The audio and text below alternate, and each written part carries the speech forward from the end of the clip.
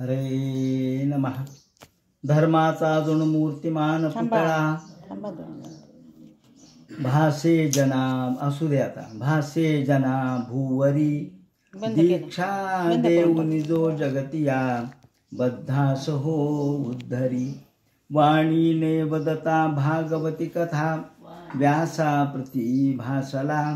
तो हा गुरुश्री जनार्दन असा पाटांगणी शोभला. सद्गुरुनाथ महाराज की जय.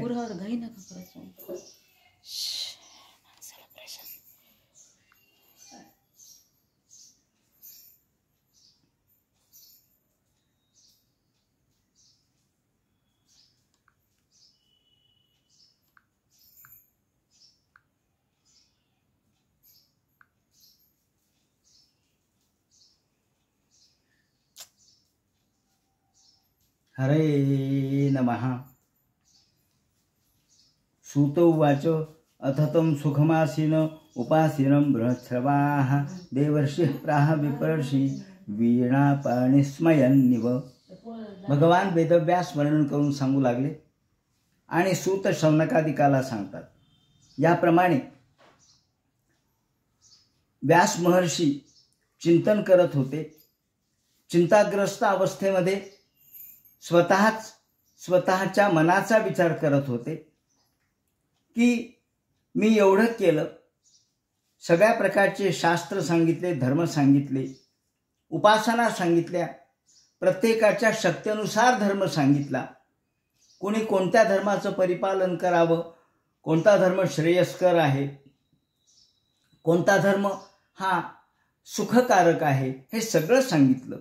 परंतु एवढा सांगितलेला असताना सुद्धा मला अंतःकरणामध्ये समाधान का वाटत नाही, अंतःकरणात परिपूर्णता का वाटत नाही, अपूर्णता अंतःकरणामध्ये का जाणवते, असंपन्न इवा भाती.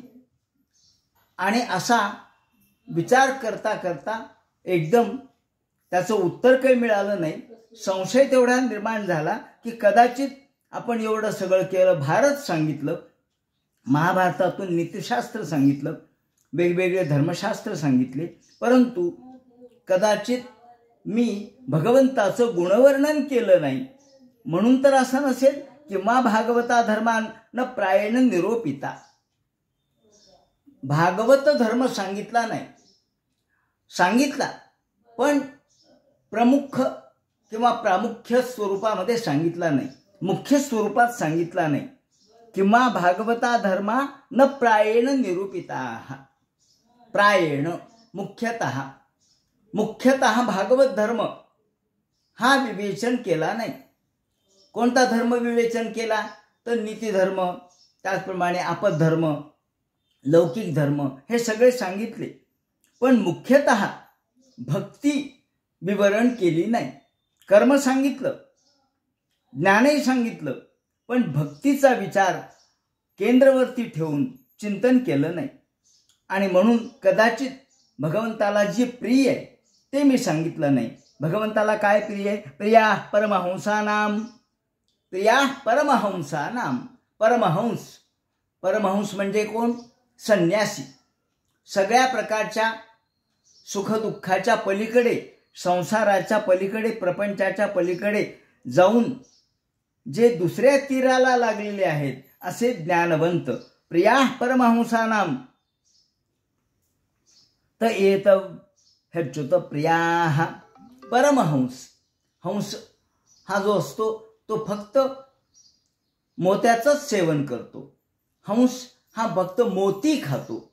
मोती म्हणजे मुक्ती. संस्कृतमध्ये मुक्ती शब्द मोत्यासाठी वापरलेला आहे.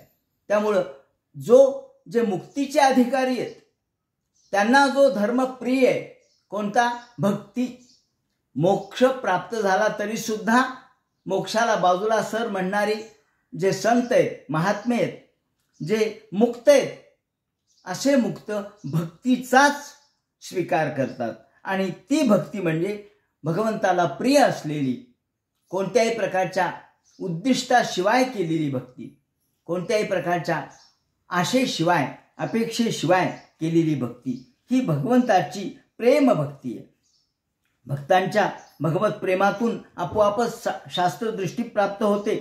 भक्तांचं चरित्र मी आजपर्यंत गायलं नाही. मी सगळे लौकिक चरित्र गायले, पण भक्तांचं चरित्र मुख्यतः सांगितलं नाही, की ज्यातून भगवत भक्ती वाढेल, भगवत भक्तीचा आविष्कार घडेल असं चरित्र मी सांगितलं नाही. आणि म्हणून भागवत ग्रंथ अर्थात ज्यामध्ये मुख्यतः भक्ती आहे, भागवत ग्रंथ हा भक्तिशास्त्राचा ग्रंथ आहे. आणि म्हणून श्रीधराचार्यांनी त्याला श्रीमद भगवत गुणानुवर्णन प्रधानम भागवत शास्त्रम असं म्हटलंय. भगवंताच्या गुणानुवर्णनाचं प्राधान्यत्व जर कशात असेल तर ते भागवतात आहे. भागवत हा ग्रंथ भगवंताचं भक्तिशास्त्र सांगणारा आणि तरीही रसपूर्ण ग्रंथ आहे. शास्त्रीय ग्रंथ म्हटल्यावर तो शुष्क वादरत असा नाहीये, केवळ शुष्क घटमटाधी चर्चा या ठिकाणी नाहीये. भागवत म्हणजे भक्त आणि भगवंत यांचा एकात्माविष्कार. भागवत ग्रंथ म्हणजे भक्त आणि भगवंत यांच्या प्रेमाचा आनंदमय साक्षात्कार. तो अजून मी घडवला नाही कदाचित, कारण मधुसूदन सरस्वतींनी भक्तीची व्याख्या करताना द्रुतस्य भगवत धर्मात धारावाहिकांगता असं म्हटलंय. द्रुतस्य भगवत धर्मात धारा वाहिकतांगता सर्वेशो मनसा वृत्तीर भक्तिरित्यभिधीयते. जी धारावाहिक आहे, जी गतिमान आहे, जी प्रवाहित आहे आणि जी अंतःकरणामध्ये आपल्याला भक्तीचा उदय घडून आणते, तो भागवत धर्म, ती भगवत भक्ती. आणि या भागवत धर्माच्या आचरणामुळं भगवंताच्या लीला, भगवंताच्या कथा याने अंतःकरण द्रवीभूत होतं. अंतःकरणामध्ये सद्रवता निर्माण होते, अंतःकरण शांत बनतं, अंतःकरणामध्ये प्रेमाचा झरा पाझरू लागतो आणि सर्वेश्वर भगवंताचं प्रवाहित अशा प्रकारचं जे अंतःकरणातलं रूप आहे ते म्हणजे भक्ती आहे. त्यामुळं भक्तीचा उदय होण्यासाठी ईश्वराचं अलौकिक सामर्थ्य सांगितलं पाहिजे, त्याचप्रमाणे त्याचं सौंदर्य रूप व्यक्त केलं पाहिजे. अंतःकरणपूर्वक हे भक्ताचे चरित्र सांगितले पाहिजेत. आणि म्हणून कदाचित असं तर झालं नसेल, आणि म्हणून ते म्हणतात सर्व वृत्ती भगवंताशी मी आजपर्यंत लीन केल्या नाहीत. आजपर्यंत मला फक्त लोकांना सांगायचं होतं, पण मी मला स्वतःला भक्तीमध्ये चिंब भिजवून घेतलं नाही, भक्तीमध्ये मी सुस्नात झालो नाही. लोकांना या किनाऱ्यावरती बसून, काठावरती बसून मी फक्त पोहायला शिकवलं, पण प्रत्यक्ष बुडी मारली नाही, प्रत्यक्ष बुडी मारली नाही. म्हणून ते म्हणतात मी कदाचित असं तर झालं नसेल, म्हणून हे सगळं व्यर्थ आहे. तसेवम खिलमात्मानं मन्यमानस्य खिद्यतः. मन्यमानस्य मनातले मनात विचार करू लागले की हे सगळं व्यर्थ आहे, मी जे केलं ते. भक्ती नसेल तर मग काय उपयोग आहे. एवढ्यात असा विचार करता क्षणित भगवान देवर्षी नारद यांचं आगमन झालं आणि वीणा वाजवत वाजवत भगवंताचं गायन करीत करीत भजमन नारायण नारायण नारायण, भजमन नारायण नारायण नारायण, भजमन नारायण नारायण नारायण, भजमन नारायण नारायण नारायण. व्यास महर्षींनी पाहिलं, अरे आपल्या मनात इच्छा निर्माण झाली काय, आणि आपल्यापेक्षा मोठा गुरु आपल्याला ज्ञान देण्यासाठी आला काय. कारण ज्ञान जरी आपल्याला असलं तरी संशयरूपी जे ज्ञान आहे ते निरर्थक असतं. तो संशयाचा निराश करणारे कोणीतरी तिसरे लागतात. खूप मोठा एखादा डॉक्टर आहे, त्याला सगळं कळतं, पण आपली नाडी परीक्षा दुसऱ्याकडून करून घ्यावी लागते.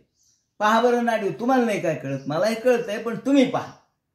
कारण प्रत्येक जण आपल्या स्वतःच्या स्वार्थ विचाराने, आपल्या स्वतःच्या चिंतनामध्येच व्यग्र झाल्यामुळं तो कदाचित संशयग्रस्त होतो. आणि जिथे द्वैत निर्माण होतं, जिथे संशय निर्माण होतो, जिथे शंका निर्माण होते, तिथे तिसरा कुणीतरी लागतो.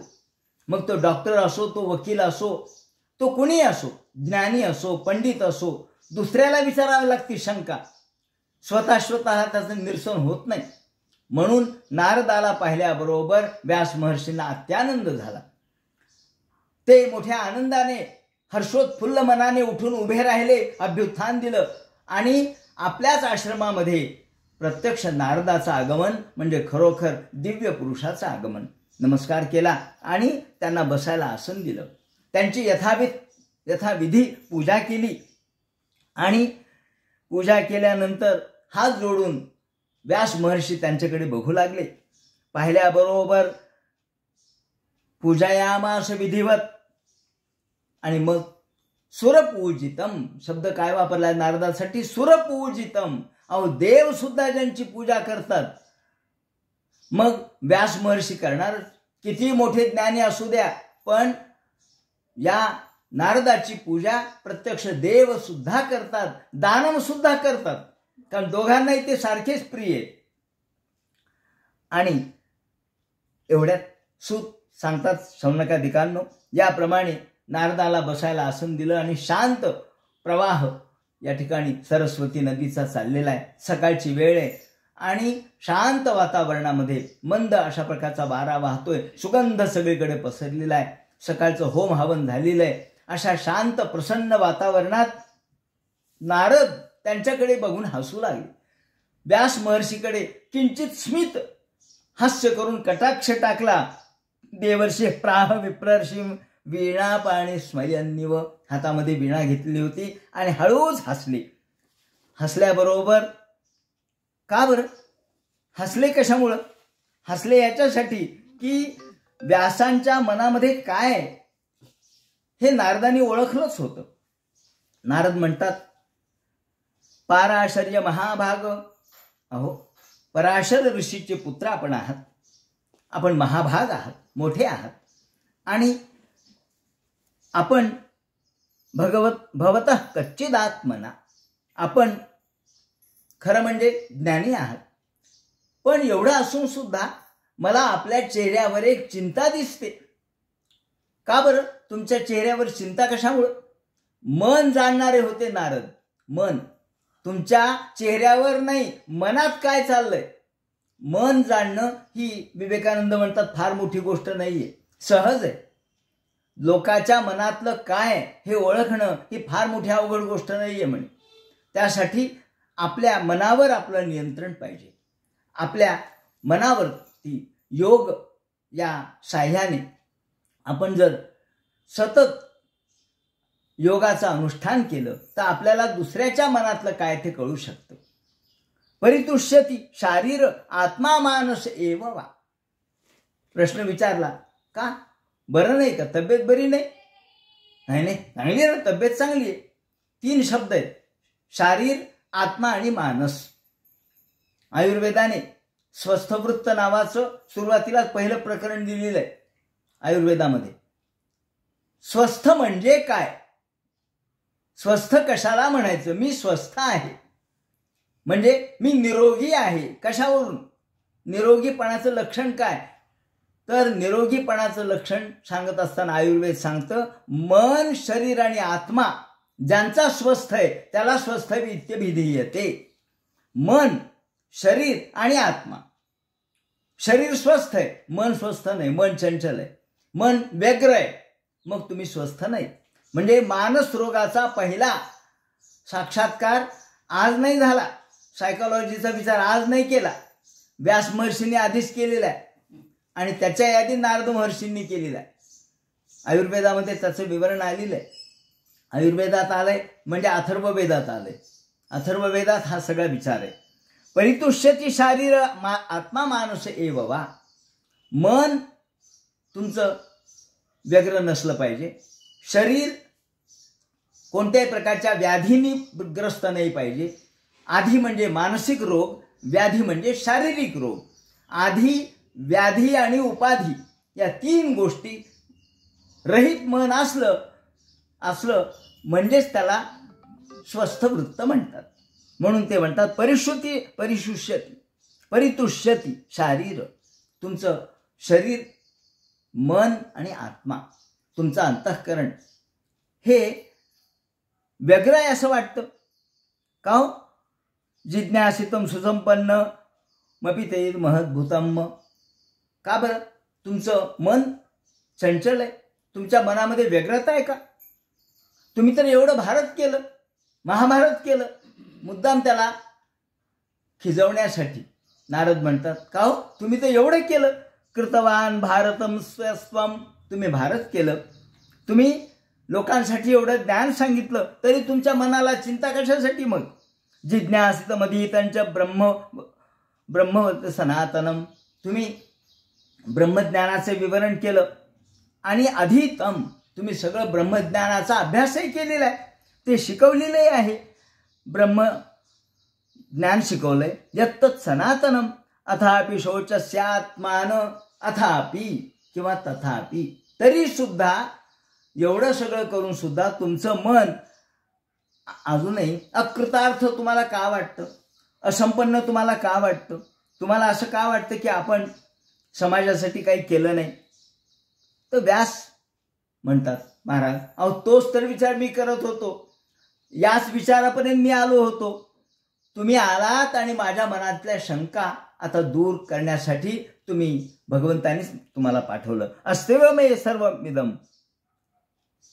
व्यास महर्षी म्हणतात, नारद महर्षी आपण सगळं जाणता, मी काही सांगायची गरज नाही तुम्हाला. मी काय सांगावं तुम्हाला? तुम्ही मला प्रश्न विचारायले, मी काय सांगावं? हो, काही वेळेला आज डॉक्टर रोग्याला विचारतात काय होतं, तुला काय होतं, आणि त्याप्रमाणे औषध देतात.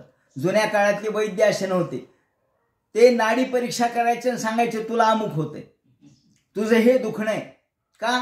तेवढं ज्ञान त्यांना होतं.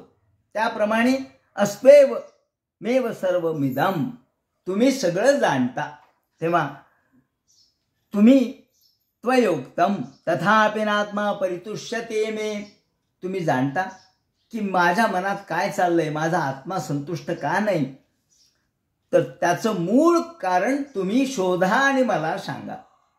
माझ्या अंतःकरणाचा शोध तुम्हीच घ्या, तुम्हीच माझ्या अंतःकरणात, तुम्हीच माझ्या मनामध्ये माझ्या विचारांचं द्वंद्व कमी करा आणि तन्मूलम अव्यक्तम अगाध बोधम, तुम्ही अव्यक्त माझ्या अंतःकरणात जे काही चलबिचल चालली आहे ती, त्याबद्दलचा प्रश्न तुम्ही विचारला, पण त्याचं उत्तर तुम्हीच द्या. कारण सवय भवान वेद समस्त गुह्य मुपासितो यत् पुरुषा पुराणा, तुम्ही खरे ज्ञानी आहात.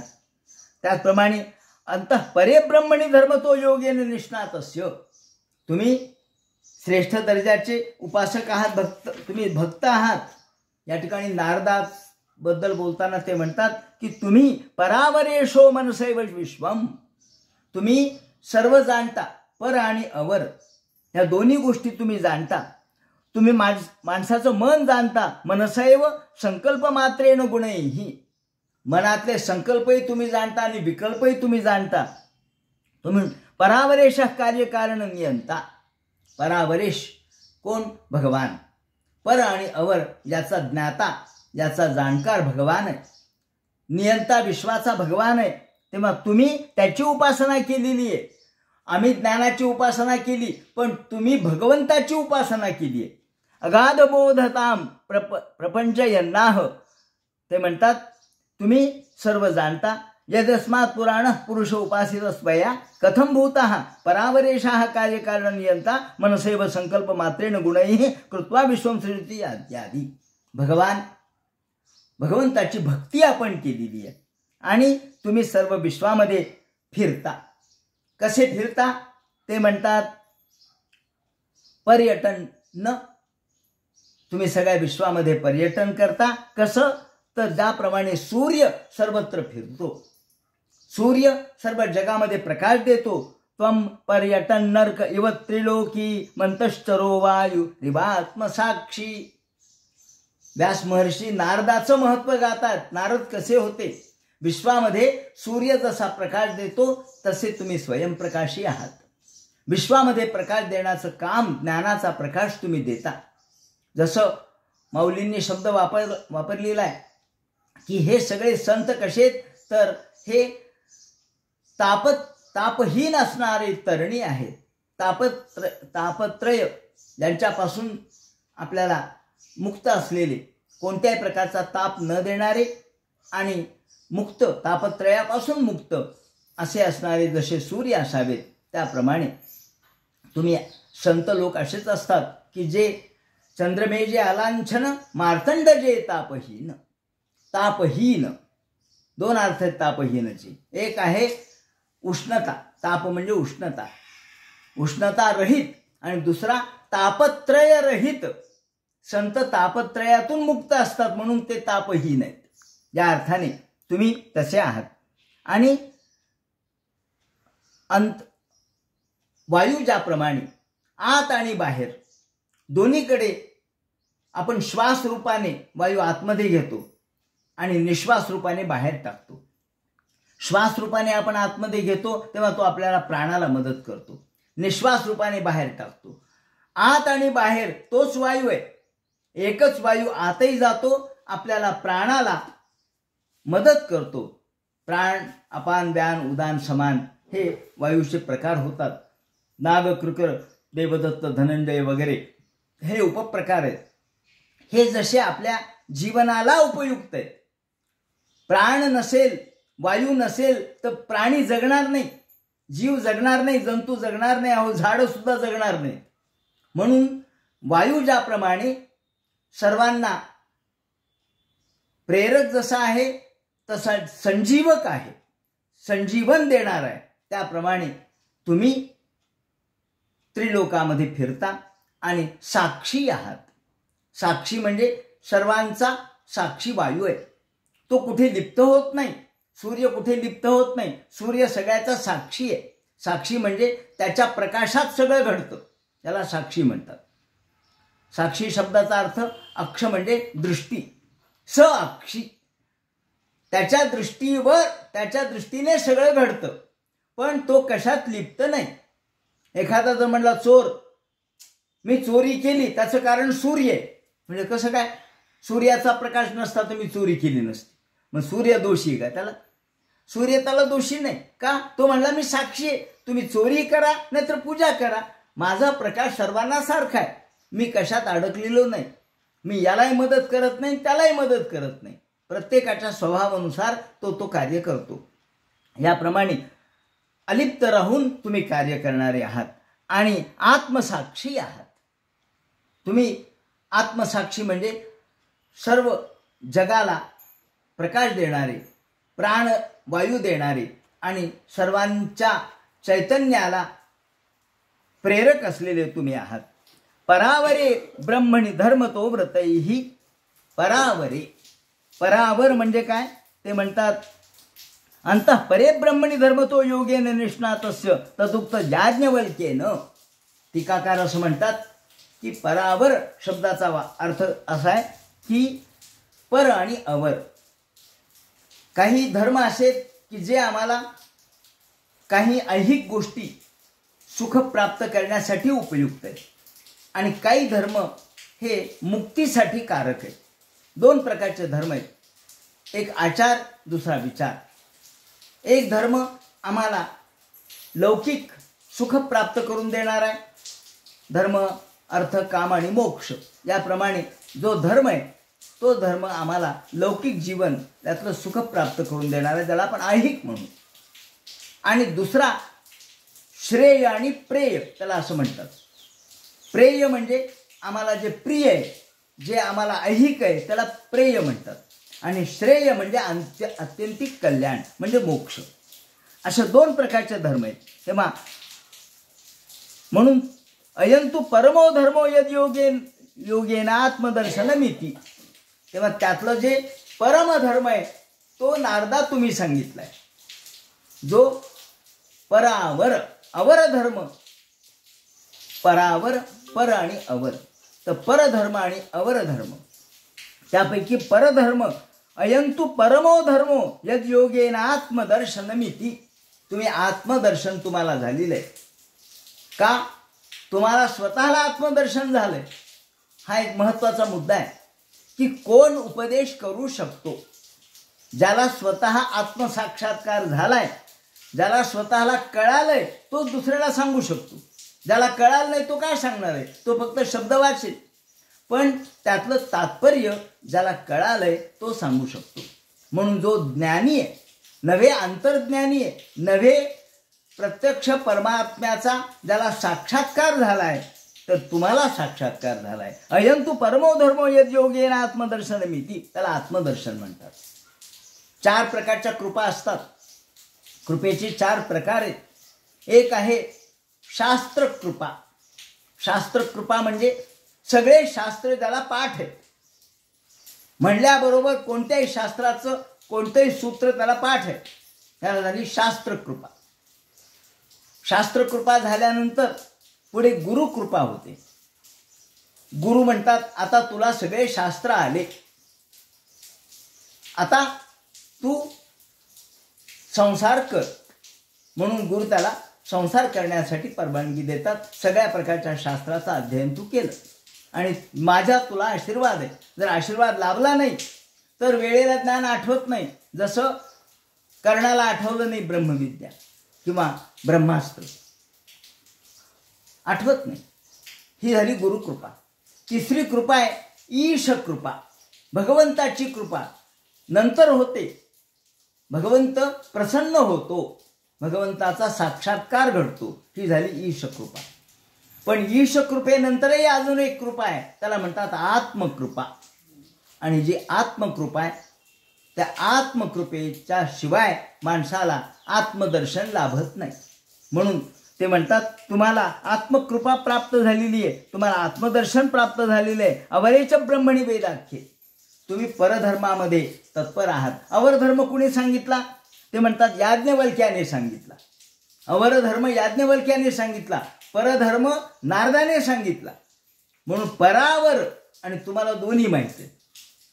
याज्ञवल्के त्या ठिकाणी टीकाकार म्हणतात तदुक्तम याज्ञवल्क्येन इज्जाचार दमा हिंसा दान स्वाध्याय कर्मणाम. 5 प्रकारच्या गोष्टी आहेत या. कोणत्या? अवर धर्मातल्या. नारदाने सुद्धा नारद पांचरात्र तंत्र नावाचं जे ग्रंथ लिहिलेला आहे, त्या पांचरात्र तंत्रमध्ये त्यांनी 5 गोष्टी सांगितल्यात. कोणत्या? त्यामध्ये ते म्हणतात की या पांचरात्र तंत्रामध्ये उपासनेचे 5 अंग सांगितले. एक अभिगमन, दुसरं उपादान, तिसरं इज्जा, चौथा स्वाध्याय आणि 5वा योग. यापैकी अभिगमन हा जो मुद्दा आहे तो वारीला लागू पडतो. अभिगमन म्हणजे काय? उपास्य देवतेकडे जाणे. नारद भक्ती सूत्राचे विवरण करताना या ठिकाणी देगलूरकर महाराजांनी याचं विवेचन केलेलं आहे. ते म्हणतात की अभिगमन विशेष प्रकारे जाणे. म्हणून वारी, आपण जे वारीला जातो ती वारी भक्तीचा मार्ग कशामुळे? तर ते अभिगमन आहे, उपास्य देवतेकडे जाणे, आणि त्याला नारद भक्तिशास्त्राचा आधार आहे. त्यामुळं उपादान म्हणजे पूजा, उपचार वगैरे गोळा करणं, गंध पुष्प धूप दीप नैवेद्य हे उपादान आहे. इज्जा, इज्जा म्हणजे पूजा. स्वाध्याय म्हणजे स्तोत्रादिकांचं पठण, आणि योग म्हणजे ध्यान. तसंच इथं सुद्धा याज्ञवल्क्याने सांगितलेल्या ज्या अवर धर्माचं विवरण करताना ते म्हणतात इज्जा, आचार, दमा, हिंसा, दान आणि स्वाध्याय. इथे इज्जा शब्द आहे. इज्जा म्हणजे पूजा, आचार, त्यानंतर दम, अहिंसा, अहिंसा, त्यानंतर दान, स्वाध्याय, एवढ्या सगळ्या गोष्टीला त्यांनी अवर धर्म म्हटलंय. अयंतु परमो धर्मो, आणि तुम्हाला मात्र परमधर्म आत्मसात झालेला आहे. तेव्हा तुम्ही मला हे ज्ञान सांगा. तुम्ही परावरे ब्रह्मणी धर्मतो व्रतैहि स्नातस्य मे न्यूनमलं विचक्ष्व. स्नातस्य मे मूलमलं विचक्ष्व. परावरे ब्रह्मणी धर्मतो व्रतैहि स्नात. तुम्ही त्याच्यात सुस्नात झालेला आहात, तेव्हा मला न्यून मलम विचक्ष्व, माझ्यातलं न्यून काय ते सांगा. मी कुठे चुकलो ते सांगा, माझ्यातली त्रुटी काय ते सांगा, कारण तुम्ही सर्वज्ञानी आहात. म्हणून ते म्हणतात अशी प्रार्थना केल्यानंतर गुरुला सुद्धा सहज गुरु ज्ञान देत नाही. आपण जाऊन तिथे प्रणिपात नमस्कार करावा लागतो. ते म्हणतात तद्विद्धी प्रणिपातेन परिप्रश्नेन सेवया. गीतेने सांगितलंय ज्ञान कसं मिळवावं. आधी जाऊन नमस्कार करावा. का नमस्कार करायचा? तर आपलं डोकं त्यांच्या पायाशी ठेवायचं, माझा अहंकार बाजूला, माझं ज्ञान बाजूला आहे, आणि मग प्रश्न विचारायचा. कारण तुम्ही प्रश्न विचारल्याशिवाय गुरुला कळत नाही याची लेवल काय, याला काय सांगावं, काय सांगावं. मला ज्ञान सांगावं, काय सांगू, तुझं मला ज्ञान कळू दे ना, काय तू कुठले किती खोल पाण्यात आहेस कळू दे, मग मी सांगतो. तेव्हा तुझ्या ज्ञानाची इयत्ता काय ती मला कळली पाहिजे. मग नारदांनी सांगायला सुरुवात केली. भवतानुदित प्रायम यशो भगवतो मलम येनय वासो न तुष्येत मन्येत दर्शनम खिलम. व्यास महर्षी, अहो भवतानुदित प्रायम, तुम्ही कदाचित भगवंताचं यश, भगवंताची कीर्ती, भगवंताचे चरित्र जे अमल आहेत, जे अत्यंत पावन करणारे आहेत, निष्कपट बुद्धीने ते सांगितले नाहीत. प्रायम यशो भगवतो, भगवंताचे यश कीर्ती जी कशी आहे, अत्यंत अमल. अमल म्हणजे ज्याला कुठेही मळ नाही, कुठेही तिथे खोटेपणा नाही. येनय वासो न तुष्येत मन्येत दर्शनम खिलम. आणि म्हणून त्या भगवंताच्या कथेचं गायन तुम्ही अंतःकरणपूर्वक केलं नाही, म्हणून कदाचित अनुदित प्राय मनुरक्त प्रायम विमलम भगवद्यशो विनाएव अधर्मादी ज्ञानेनासौ भगवंत तुष्यते. भगवंत अज्ञान नष्ट करणार आहे. धर्मादी ज्ञानेना सौ भगवान न तुष्यते इति. भगवान केवळ बाकीच्या गोष्टींनी कधीच संतुष्ट होत नाही. तदेव दर्शनम ज्ञानम खिलम न्यूनम मन्यते हम. म्हणून भगवंत इतर कुठल्याच गोष्टींनी संतुष्ट पावत नाही, जितका तो भगवंताच्या भक्तीने आनंदित होतो. भक्ती जोपर्यंत तुमच्या अंतःकरणात निर्माण होत नाही, भक्तियुक्त अंतःकरण तुमचं होत नाही, तोपर्यंत हे सगळं निरर्थक आहे. यथा धर्मादयश्चार्था मुनवर्यानुकीर्तिता. आणि म्हणून भगवंताची कीर्ती तुम्ही वर्णन केली नाही, भगवंताचं महिमा तुम्ही वर्णन केला नाही, अंतःकरणपूर्वक भगवंताच्या कथा तुम्ही गायल्या नाही. या ठिकाणी भागवत शास्त्र, भागवत ग्रंथामध्ये भागवत शास्त्राचं विवरण जे केलेलं आहे ते करताना परमात्म्यावरचं प्रेम म्हणजे भक्ती. आणि ही भक्ती रूप गोस्वामींनी भक्ती रसामृत सिंधूमध्ये किंवा उज्ज्वल नीलमणीमध्ये सुद्धा याचे विवरण केलेलं आहे. ते म्हणतात भक्तिप्रेमातील आचार, अनुभव, यातील तत्व प्रतिपादन हे भागवत शास्त्रामध्ये घडलेलं आहे. मुख्यतस्तु महत् कृपयैव. आधी महत् श्रेष्ठ दर्जाच्या व्यक्तींची कृपा झाली पाहिजे, तरच आपल्याला भगवंताचं प्रेम प्राप्त होऊ शकतं. तुम्ही त्याचं वर्णन केलं नाही. नयद्वतश्चित्र पदम हरेर यशो जगत पवित्रम प्रगणित करेचित तद्वायसम तीर्थमुशंती मानसा नयत्र हंसा निर्बंधक्षया. या ठिकाणी मोठं सुंदर विवरण केलेलं आहे की नयवचश्चित्र पदम, तुम्ही सगळं काही वर्णन केलं, सगळे शब्द वर्णन केले, पण नुसत्या शाब्द वर्णनाने अलंकार, त्याचप्रमाणे मोठमोठे वृत्त, रचना, अलंकार हे सगळं वर्णन केलं, पण काय नाही वर्णन केलं, भगवंताची भक्ती नाही सांगितली. मग भक्ती नाही सांगितली, सगळे अलंकार व्यर्थ आहेत. भाषेचे अलंकार तुम्ही खूप केले. यद वचश्चित्र, वचश्चित्र शब्दाने त्यांनी वाणीतल्या सगळ्या युक्त्या प्रयुक्त्या सगळ्या तुम्ही वर्णन केल्या, पण त्या सगळ्यामध्ये भगवंताचं प्रेम नसल्यामुळं ते म्हणतात ननु भगवद्यश तुम्ही वर्णन केलं नाही. आणि धर्म हा खरा कोणता आहे तर भगवंताची भक्ती हाच धर्म आहे. वासुदेव व्यतिरिक्तान्य विषयानेव, भगवंताच्या शिवाय बाकी सगळे विषय व्यर्थ आहेत. विषयम वाक्चातुर्यम खिलमित्ये वाह. वाक्चातुर्य, वाक्चातुर्य, वाग्वैभव. मुकुंदराजांनी विवेक सिंधूत असं म्हटलंय की भगवंताच्या भक्तीशिवाय ज्ञानाशिवाय हे सगळं जे वाक्चातुर्य व्यर्थ आहे. भाषेचे उपलवणे हे तो भाषेची नागवणे. भाषेचं केवळ वैभव व्यक्त केलं म्हणजे कुणी ज्ञान सांगितलं असं नाही, कुणी भक्ती सांगितली असं नाही. तर भक्ती कशी पाहिजे? चित्रपदम.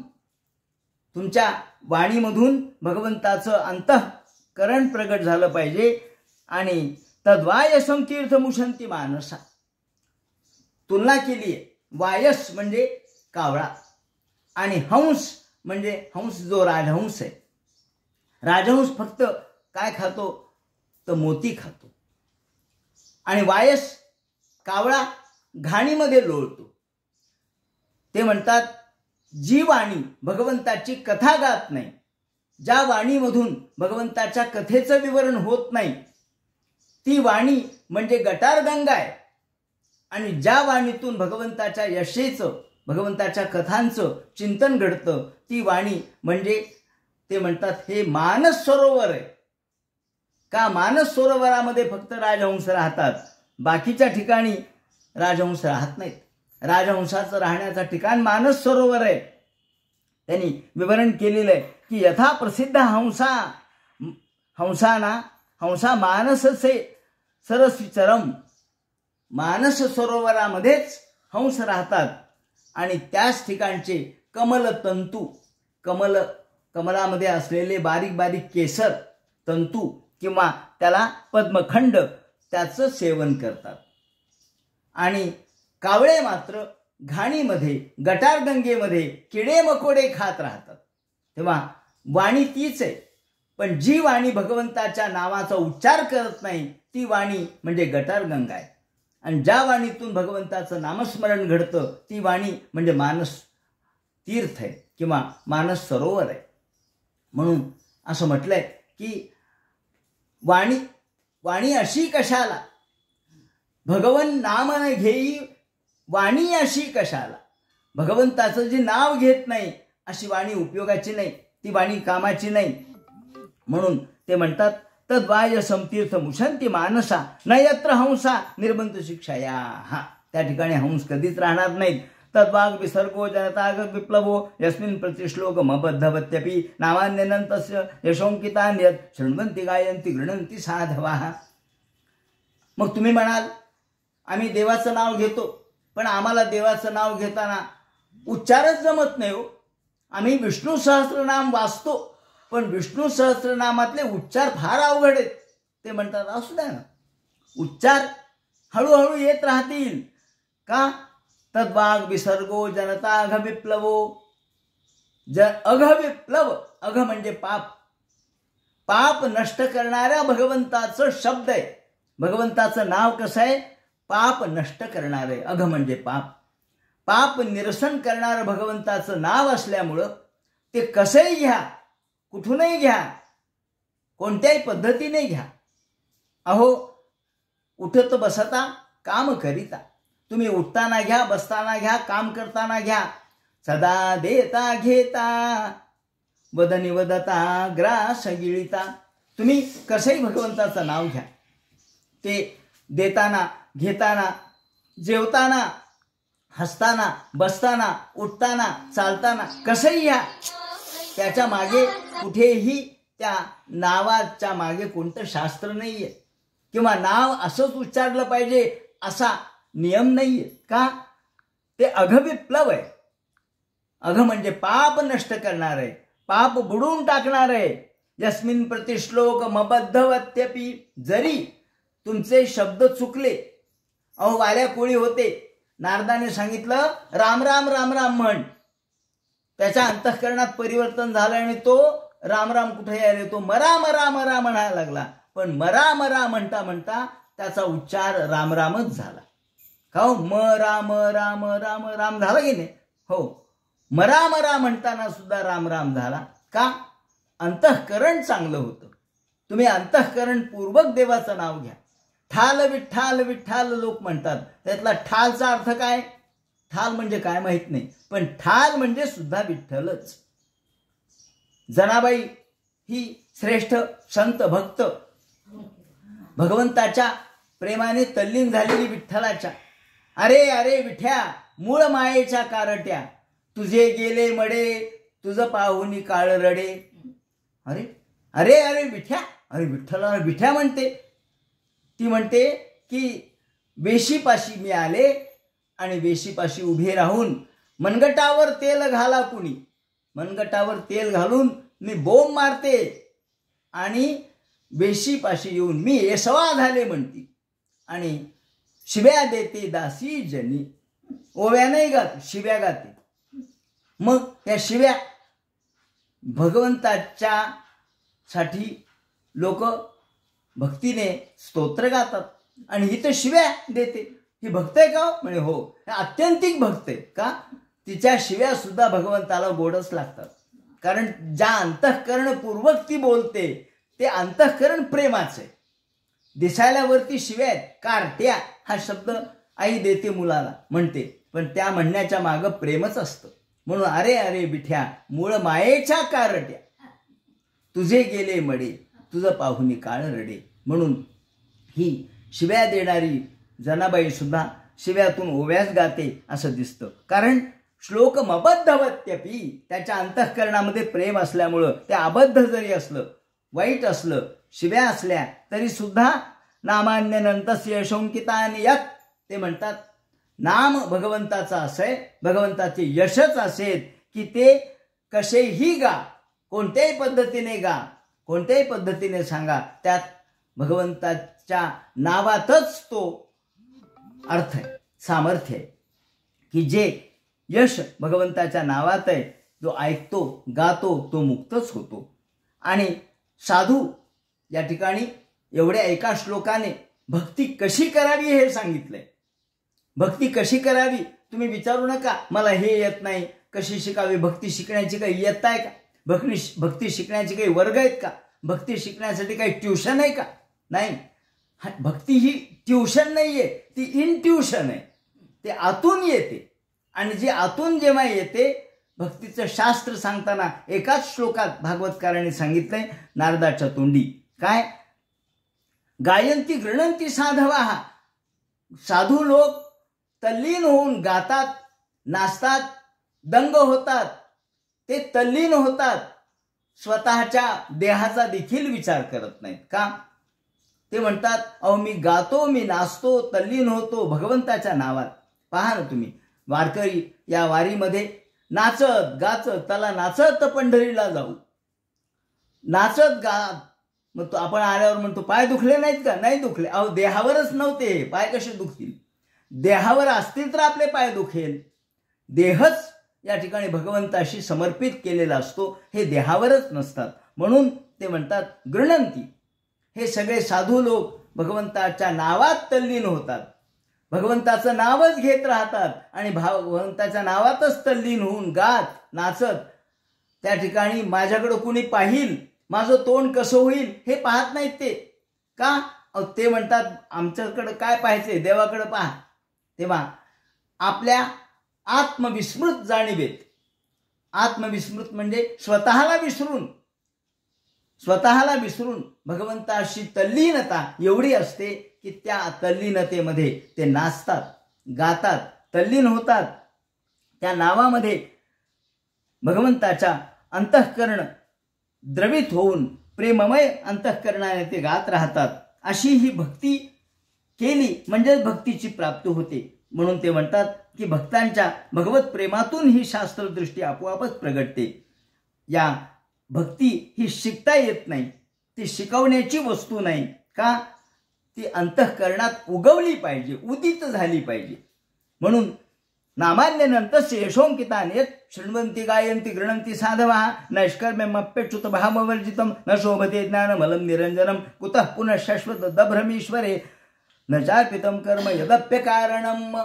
ते म्हणतात की ज्ञान कितीही माणसाला प्राप्त झालं, नैष्कर्म्य प्राप्त झालं, नैष्कर्म्य सगळ्यात श्रेष्ठ आहे. नैष्कर्म्य म्हणजे कर्म करून त्याच्यावरची आपली अहंता बाजूला करणं म्हणजे नैष्कर्म्य. पण हे जर भाववर्जित असेल, त्याच्यात भक्तियुक्तता नसेल तर हे नैष्कर्म्यही निरर्थक आहे. नैष्कर्म्य श्रेष्ठ आहे, पण नैष्कर्म्यामध्ये जर अंतःकरणातला भाव नसेल तर तिथं देव नाही, भाव तिथे देव. अंतःकरणात भाव पाहिजे तर अंतःकरणातून भगवंताची प्राप्ती होईल. भाव हा अंतःकरणात असेल तरच हा प्रगट होईल भगवान. ज्या वेळेला हे आपल्याला माहीत आहे की भगवान दामाजी पंतासाठी प्रगट झाले. दामाजी पंत यांनी कोठार लुटवले आणि भगवंतांनी विठू महार म्हणून रूप धारण केलं आणि सगळे पैसे जेवढे दुष्काळामध्ये लोकांना वाटले त्या सगळ्या धान्याचे पैसे त्या ठिकाणी दिले आणि राजाला सांगितलं, महाराज लवकरात लवकर हे पैसे मोजा आणि मला रसीद द्या. ताबडतोब पैसे मोजून सन रसीद द्या धनी साहेब असं म्हणल्याबरोबर त्यांनी खंड खंड खंड खंड पैसे मोजले, रसीद घेतली. ती रसीद दामाजी पंत वाचत होते. गीता अनन्याश्चिंतयन्तो माम ये जनाः पर्युपासते तेषां नित्याभियुक्तानां योगक्षेमं वहाम्यहम्. या अध्यायामध्ये ती रसीद मिळाली. ते म्हणल्या की रसीद आणि राजाची रसीद आत्ताच्या तारखेची कशी काय? म्हणून ते गेले धावत पळत राजाकडं. महाराज, ते म्हणले या या, अहो तुमचे पैसे मिळाले म्हणले. म्हणले कुणी दिले? ते म्हणले कुणीतरी एक विठू महार आला होता म्हणले, त्यांनी दिले. त्या विठू महाराजांनी दिले म्हटल्याबरोबर हे लोक म्हणायला लागले.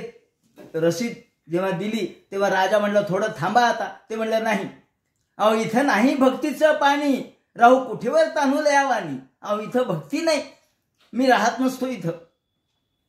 जिथं भक्ती आहे तिथं मी राहतो. आणि ताबडतोब निघून गेले. नंतर दामाजी पंतांनी पाहिलं, अरे अरे अरे, भगवान स्वतः माझ्यासाठी आला, ज्यांनी माझ्यासाठी पैसे भरले आणि रसीद मला पाठवून दिली. सांगायचं तात्पर्य असं की नैष्कर्म्यमप्यच्युत भाववर्जितम न शोभते ज्ञानमलम निरंजनम. या ठिकाणी भागवतकार म्हणतात नैष्कर्म्य जरी असलं तरी जर भाव नसेल तर ते निरर्थक आहे, भाव असेल तर सगळं सार्थक आहे. अंतःकरण पाहिजे. म्हणून ते म्हणतात कुतः पुनः शाश्वत भद्रमीश्वरे. पुनः कुतः पुन्हा असा शब्द वापरलाय. कुठे पुन्हा? शाश्वत भद्रमीश्वरे. भगवंताचं नावच भद्रकारक आहे, मग अभद्र कसं राहील? ते म्हणतात जर आपण भगवंताच्या साठी सगळे कर्म समर्पित केले तरच भगवान अंतःकरणपूर्वक आपल्याला नैष्कर्म्यता प्राप्त करून देतो आणि सगळे त्याचे जे कर्म आहेत ते आपल्यावरती घेतो. न चार्पितम कर्म यदप्य कारणम. याप्रमाणे भगवंताच्या नैष्कर्म्य ब्रह्म तदैकारत्वा निष्कर्मता रूपे नैष्कर्म्यम. ब्रह्म तदैकारता जरी प्राप्त झाली तरी जर भाव नसेल तर अज्यते नेनेन ते जे रूपा दिसतं तन्निवर्तकम निरंजनम असं म्हणून ते म्हणतात एवं भूत मपि ज्ञानमच्युते भावो भक्तीर तद्वर्जितम चेद मत्यर्थम न शोभते. भाव आणि भक्तीला किती महत्व दिलंय इथं आपल्या लक्षात येईल. आणि हे भक्ती म्हणजे फल आहे. आणि म्हणून तदा शाश्वत साधनकाले फलकालेच्या भद्रम दुःखरूपम यत् काम्यकर्मम यदप्य कारणम. काम्यकर्म काम्यकर्म जे आपण करतो ते अंतिमतः दुःखरूप आहे, कारण आपल्याला इच्छा असते. पण जेव्हा आपण काम्यकर्म करत नाहीत, भगवदर्पण वृत्तीने आपण करतो, तेव्हा हे भगवदर्पण वृत्तीने केलेलं कर्म हेच खऱ्या अर्थाने भगवंताला प्राप्त होतं. याप्रमाणे ते म्हणतात भगवंताच्या भक्तीचं मूळ सूत्र आपल्याला या ठिकाणी सांगितलेलं आहे. तेव्हा भागवतामध्ये भक्तिशास्त्र कसं सांगितलंय, भक्तीचं स्वरूप कसं सांगितलंय, भक्ती कोणी कशी केली म्हणून सांगितलंय, हे या ठिकाणी एका श्लोकाने नारदाने सांगितलं. या 2-3 श्लोकामध्ये त्याचं विवरण केलं. आता यानंतर अमोघ दृष्टीने नारदाने हे पाहिलं आणि सांगितलं की हे व्यास महर्षी, तुम्ही भागवत ग्रंथ सांगा, भागवत सांगा तरच तुमच्या अंतःकरणाला शांतता लाभेल.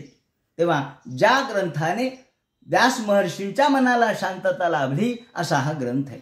म्हणून हा शांतता प्राप्त करून देणारा, निर्वेद स्थिती प्राप्त करून देणारा हा ग्रंथ आहे. आता यानंतर व्यास महर्षी यांच्या भागवत ग्रंथाला ते कसे प्रारंभ करतील तो सगळा मग उद्याच्या चिंतनात सांगण्यात येईल. हरे नमः. पुंडलिक वरदहर विठ्ठल सीताकांत स्मरण. जय जय राम.